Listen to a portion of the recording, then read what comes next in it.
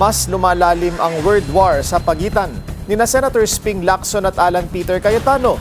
Sa gitna ng bangayan, hahalukayin daw ni Lacson ang mga umunoy maanumalyang proyekto sa Taguig. Yan ang agenda report ni Dexter Ganiben ng Abante, live mula sa Senado. Dexter, go ahead. Willard, tila na back to you si Senator Alan Peter Cayetano matapos niyang kantihin ang kredibilidad ni Senator Ping Lacson dahil sa pagbabalik ng Senate Blue Ribbon hearing sa second regular session ng Senado, tila nakatutok na ang lente sa Taguig City at posibleng maging testigo kapatid mismo ni Senator Alan. Pag iatak mo yung aking integrity, ibang usapan yan. Ikinasa na ni Senator Ping Lacson ang kanyang all-out na paglaban sa mga umano'y maling paratang sa kanya ni Senate Minority Leader Alan Peter Cayetano. At isaan niya sa mga testigo ay ang kapatid mismo ng Senate Minority Leader na si PTV General Manager Lino na minsang naging alkalde at kinatawan ng Taguig City. Ang focus ng kanyang investigasyon ay ang mga flood control at infra projects sa baluarte ng mga Cayetano. 70 projects yan, na-implement 68.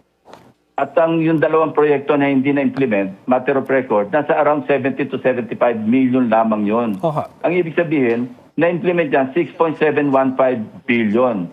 Sabi ni Lacson, ang nasabing halaga ay budget insertions umano ni Cayetano sa 2025 General Appropriations Act. Sa isang panayam, sinabi rin ni Lacson, tinitingnan nila ang unang report ng mga substandard kung hindi man ghost project sa 68 implemented projects. Bukod pa sa isyu ng hindi bababa sa 25% na kickback ang napunta umano sa proponent ng budget insertions para sa infra project sa Taguig. Pero sa isa sa mga FB Live ni Sen Alan nitong weekend, mariin niyang pinabulaanan na may ghost project sa Taguig. Pinatignan namin lahat kung anong may problema, anong hindi ano yung na-late.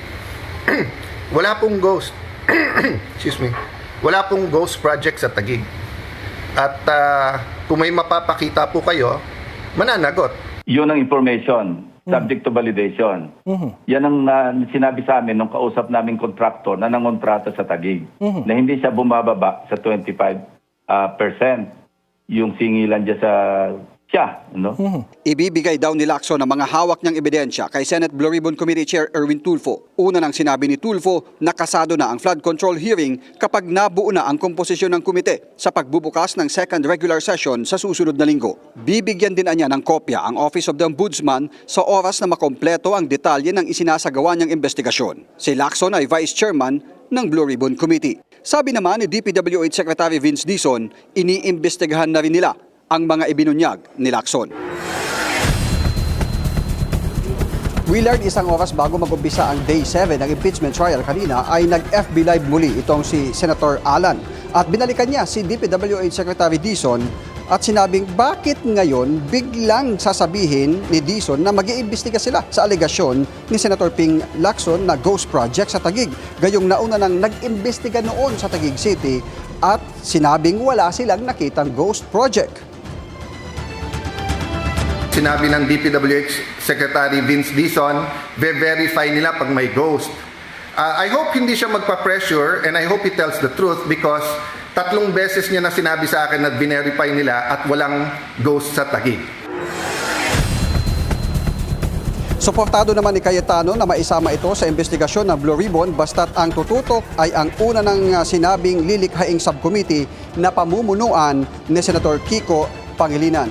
Willard, kasama din sa iniimbestigahan ni Senator Ping Lacson yung umano'y bata ni Senator Alan Peter Cayetano sa Taguig. Ang binanggit lang ni Senator Ping ay yung city engineer ng Taguig na umano'y nabaspasok sa kasino at nagpatalo at nanalo na ng humigit kumulang kalahating bilyong piso. Gumagamit umano ito ng 2 aliases para makapasok sa loob ng kasino.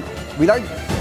Maraming salamat, Dexter Ganiben ng Abante, nag-uulat ng live mula sa Senado.